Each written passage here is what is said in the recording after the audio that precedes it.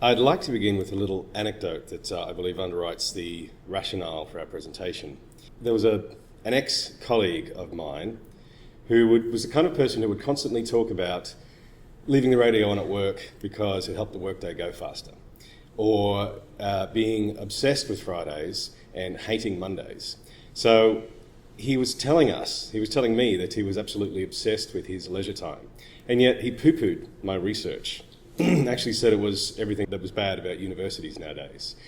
So someone who was obsessed with his leisure time would deem my research of something which has risen to become an icon of leisure as something that wasn't worth exploring.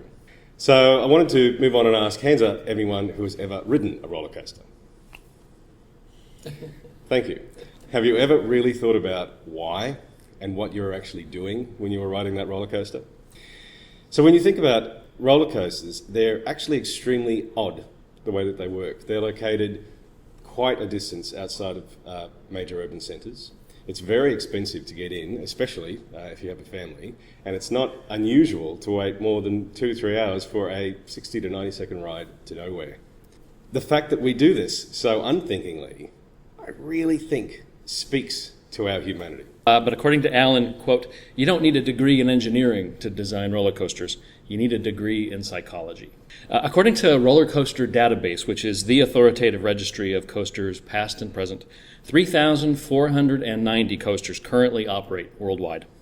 But if references to roller coasters in mainstream culture were any measure, one might expect that there would be at least 10 times as many coasters crowding the globe.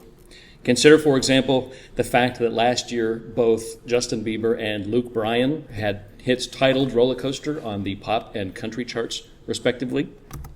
The Barbie doll Summer from 2013, the Life in the Dream House edition, conspicuously features a roller coaster as part of its product. And in what must be the apex of these recent cultural references last year, none other than Coca-Cola itself featured in its quartet of summer-themed cans for 2013. This, which you see here, which melds very nicely the dynamic ribbon logo of Coca-Cola itself with the trademark looping design of a coaster, all right? And the design of the can here is as striking as the message is transparent, which is that refreshment and thrill are one and the same, and they're just a sip away. We're actually witnessing a moment of unprecedented expansion in the roller coaster's more than 200-year history and ascent as perhaps the most recognizable symbol and form of commodified leisure on the planet. The most frequently cited reason for this contemporary coaster boom is as obvious as it is simple. Coasters are entertaining, and thus, in the hands of the right developers, very profitable. But economics alone cannot account for a crucial force that drives the coaster's growth. It is a force that is highlighted in a question too infrequently asked, too shallowly pursued, and nicely signaled by my co-presenter. Why do people choose to ride coasters in the first place? As humans, we are obviously biological creatures that have always been hardwired for certain sensations. But the world has changed enormously around us since the Industrial Revolution, and we haven't. We're still the same twitchy cavemen that we ever were, but now we exist in a lazy, consumerist society. I've been travelling the world to film ride designers, enthusiasts, park management, academics, and psychologists, as well as regular people.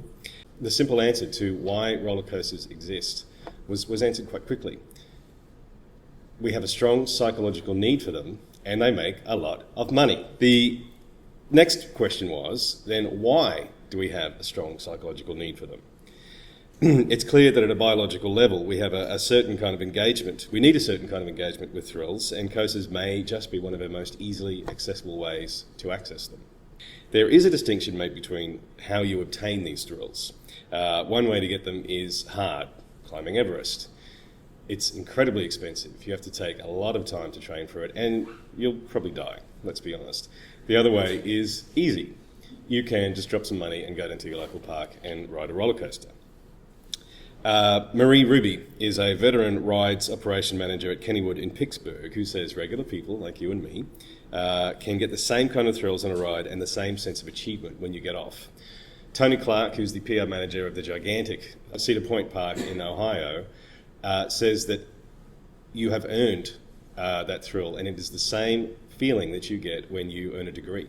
Is there anything more significant to be sought in amusement spaces than just some temporary distance from our workaday cares? Might they offer us something more real than just virtual reality, something more enduring than just ephemeral thrill? In the case of the roller coaster, I believe the answer is a solid yes. When French philosopher Henri Bergson engaged in a very public debate with Albert Einstein in 1921 about the nature of time, he was almost certainly not thinking about roller coasters. But anyone who has ever ridden a coaster has yet seen, or perhaps more accurately felt, the central point about time that he fought mightily to make. And the point is this: the abstract scientific measurement of time is very different than the feeling of time as it is lived concretely within a human body.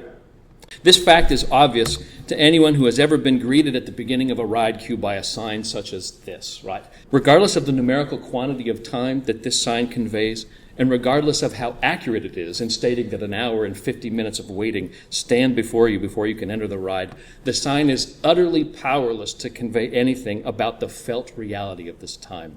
It can say nothing about the experience of passing this time or not passing this time, as it often feels to be waiting in these serpentine lines. Most of the Western world has incredibly limited amounts of paid vacation time. Recent research indicates that many in the US have none whatsoever. We do live in a capitalist world that demands ever-increasing returns.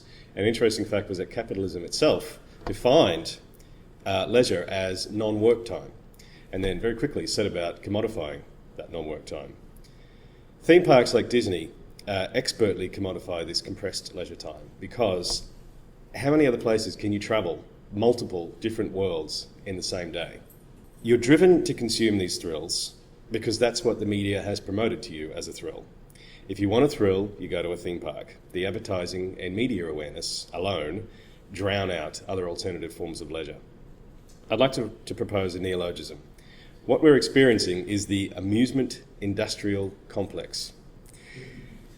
We think we're making the choice, accepting the dare to wage war on the Xbox, to battle the killer in the horror films, or to conquer the heights and speed of this gigantic, scary roller coaster because of our bravery.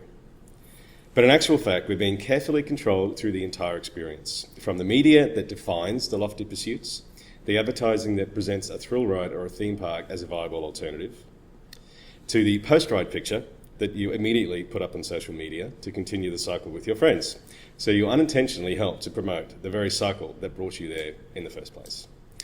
Just as having factories pumping out the bombs supported the military-industrial complex, we're all too happy to participate in the amusement-industrial complex, to have our thrills prepackaged, manufactured, photographed, and sold to us in one convenient package. In this short presentation, we hope that we've changed what might be on your mind the next time you find yourself somewhere such as this. If we've been successful, we hope that you find yourselves pondering what you might be doing, and what might be going on truly as you queue up for your own respective rides to nowhere.